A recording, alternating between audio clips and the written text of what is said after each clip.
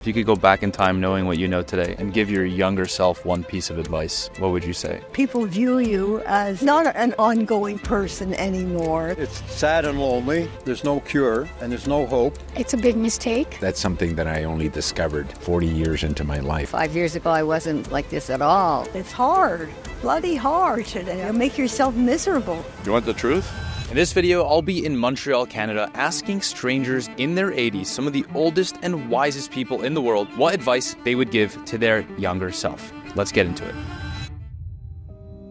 How old are you? 88. What does it feel like to be 88? Well, I just came back from my cardiologist. I'm in perfect shape physically, but I lost my wife a couple of years ago, so mentally I'm still working on it. How was that like, if you don't mind me asking? Well, it's sad and lonely. I eat most of my meals alone, but I'm doing okay. As long as I'm in good physical shape for another year, that'll be fine. I'm pretty sure I'm going to get there.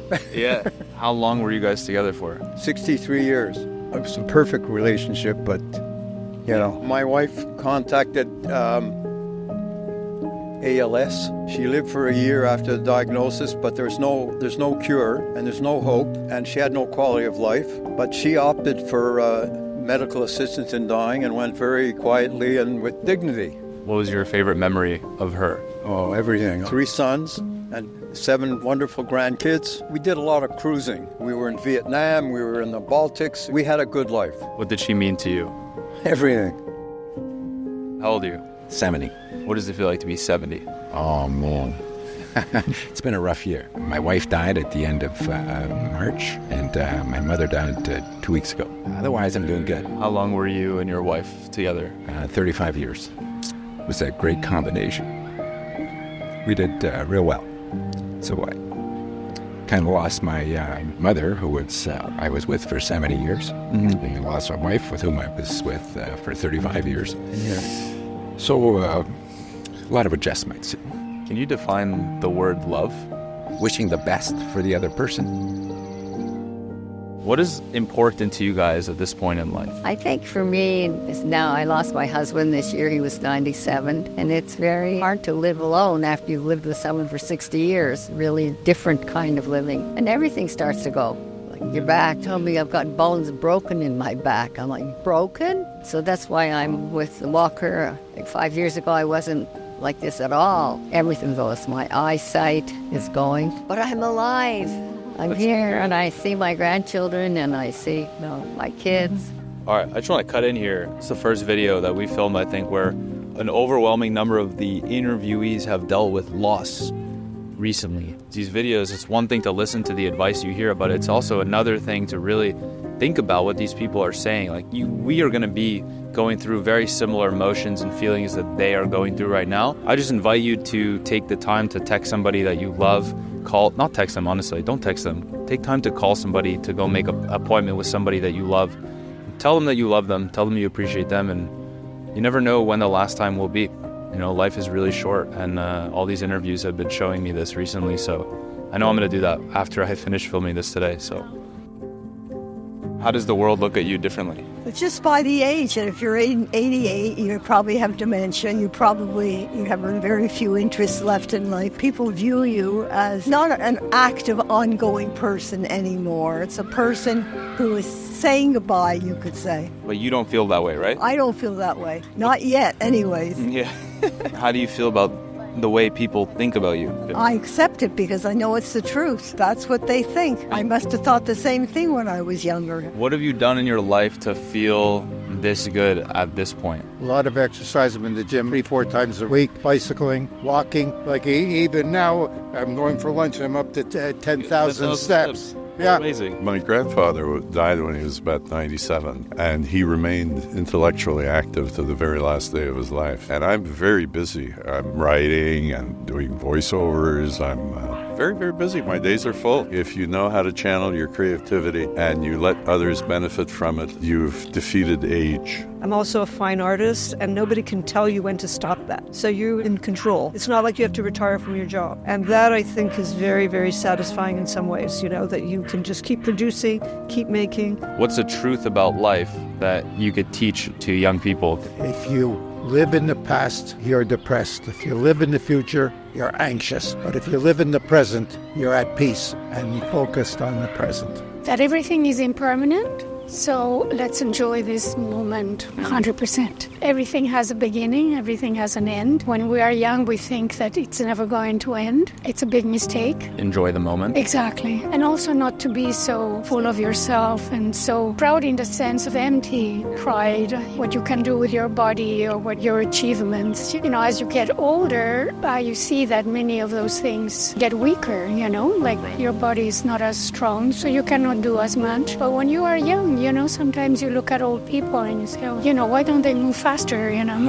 Why don't they understand, you know? Right. I guess when you are confronted with somebody like that and then you feel your impatience growing, so that's the moment to practice deep breathing and mindfulness. That's the way to combat stress. If you could go back in time knowing what you know today and give one piece of advice to your younger self, what would you say? I say to myself, my husband would come alive again. I'd never argue with him again.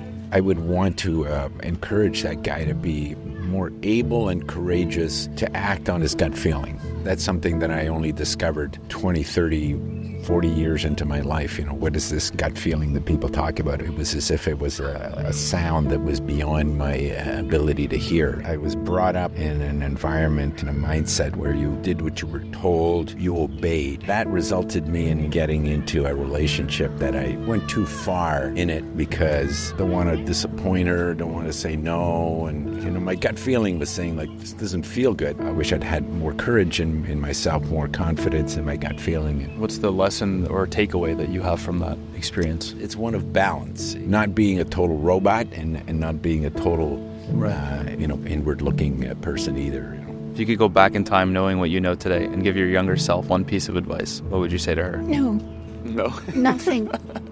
Everything was perfect the way it was because it took me to this moment. Looking back, what do you wish young people knew earlier in life? I think you know exactly what you should be doing when you're at this point in your life. You can't say what you should have known and been better at. You can only do what you can do. You'll make yourself miserable thinking that you're not keeping up to what you should be. What's one thing that when you were younger you put a lot of importance on, and as you got older you realized wasn't actually that important? You want the truth? Chasing girls. And then I met my wife, and we've been married for 45 years. I saw the futility of that. It's a lot nicer to be in a very loving couple than to be chasing women all the time. Don't be afraid to fall in love. Yeah, no, it's true. Some people are.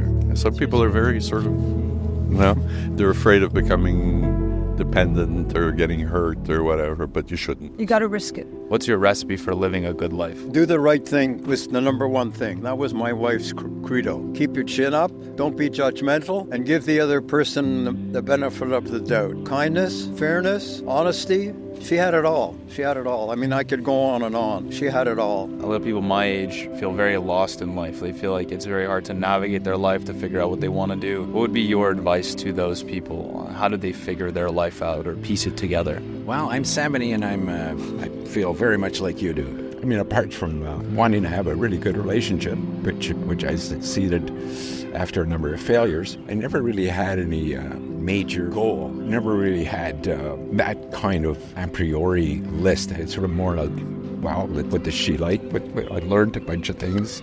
Mm-hmm. Do you regret that, not having a specific big goal? At times, I felt I should have had some goals, that were more explicit, because then you can, put your efforts at achieving it. Sort of think like, well, maybe if I had them, I might have actually achieved them. Instead, I had quite a few, let's say, minor successes. Yeah. Which it is what it is. My advice to young people, smoke a lot of dope. Well, not a lot. Yeah. Not a lot, people. Don't Especially smoke a lot. before going to bed at night, I have either an edible or a joint of indica. Every night? Every night. And it relaxes me. Well, you should. The smell in the whole bloody house. You don't really get stoned, I must say. Well, maybe you do. You wouldn't know, yeah.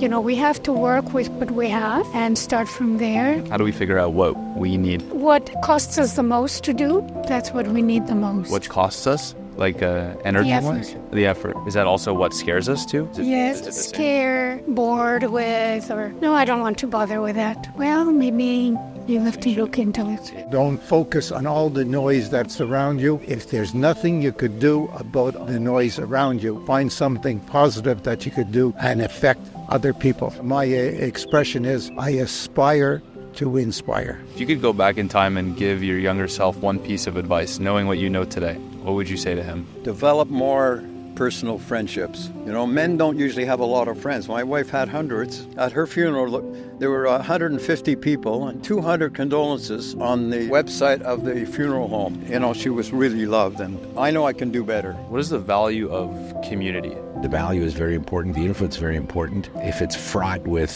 people who had, their own issues that got projected onto you or prevented you from seeing other opportunities, you're starting at a deficit. My wife came from a very supportive, loving family, very, very social, and I could see the, dramatic differences in how we approach life. And I think she ended up choosing some good people going forward.